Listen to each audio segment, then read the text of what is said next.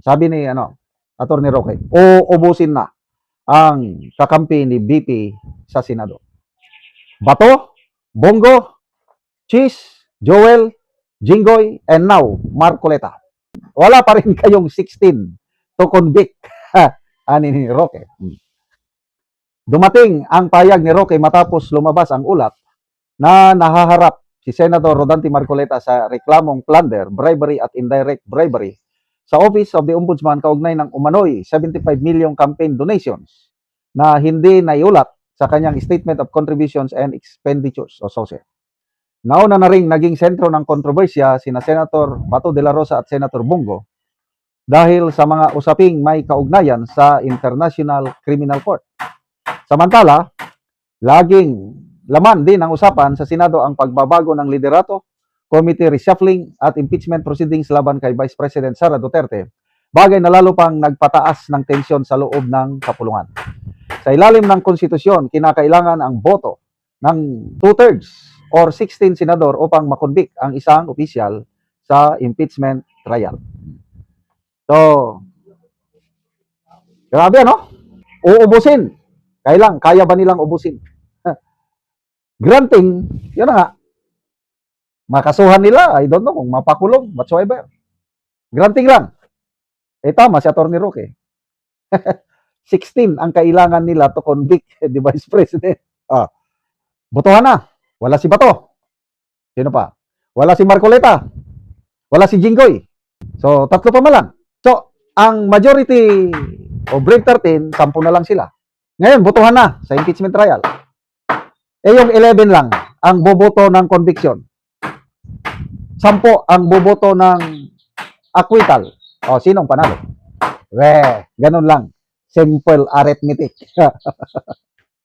Kaya, kahit anong gawin ng administrasyong ito, talunan at talunan pa rin sila. Kaya, I don't know kung nakakatulog pa ba sila ng mahimbing, yung mga nagplaplano, paano natin tanggalin sa equation si BP Sara? Pagdating dyan sa impeachment na yan, sa tingin ko wala na silang pag-asa eh.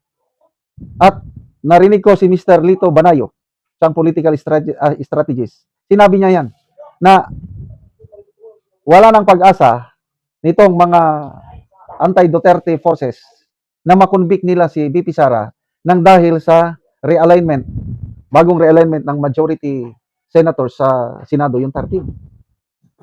Kasi 11 na lang sila. Paano yan? Tapos, sabi ni Mr. Lito Banayo, solid. Wala nang nakikita niya, walang aalis sa Brave 13, nakakampi pa sa minorya. So, wala na silang ma-recruit na iba pa. Kaya ang gagawin lang nila sa Brave 13, takutin nila ng mga kaso-kaso. Kaya mo bang takutin yan? Example, Marcoleta, abogado yan eh. Kahit ako nga, hindi ako abogado, kung ako, napakasimple.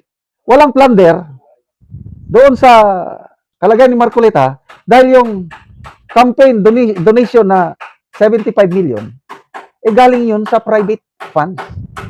Very clear, ang plunder galing yan sa public funds. Kaya sigurado yan, pagdating sa Sandigan Bayan, ibabasura. Dahil ang plunder, dapat gumamit ka ng pondo ng gobyerno para payamanin ang sarili mo. That is plunder. Nagdesisyon na rin ang COMELEC na walang nilabag na batas si Marcoleta doon sa hindi niya pag-state o hindi niya diniklara ang mga campaign contributions niya. So ano pa? These are all panggigipit para ma-pressure nila ang Brave 13 na I don't know kung anong gusto nila. Bato, nagtatago. Hindi nyo na yan mahanap. Lalabas na lang yan kung kinakailangan. Tapos, Senator Jinggoy, dahil may reklamo sa kanya sa ombudsman, hindi nyo na kaya yan si Jinggoy. Veterano na yan, nakulong na yan dati. Kailang nakalabas siya, tinulungan siya ng mga Duterte. Ganyan lang talaga ang politika. So, sige, ubusin nyo lahat ang mga kakampi ni BP Sara. Kaya lang, ang huling hilakhat sa kanya pa rin, kay BP Sara pa rin.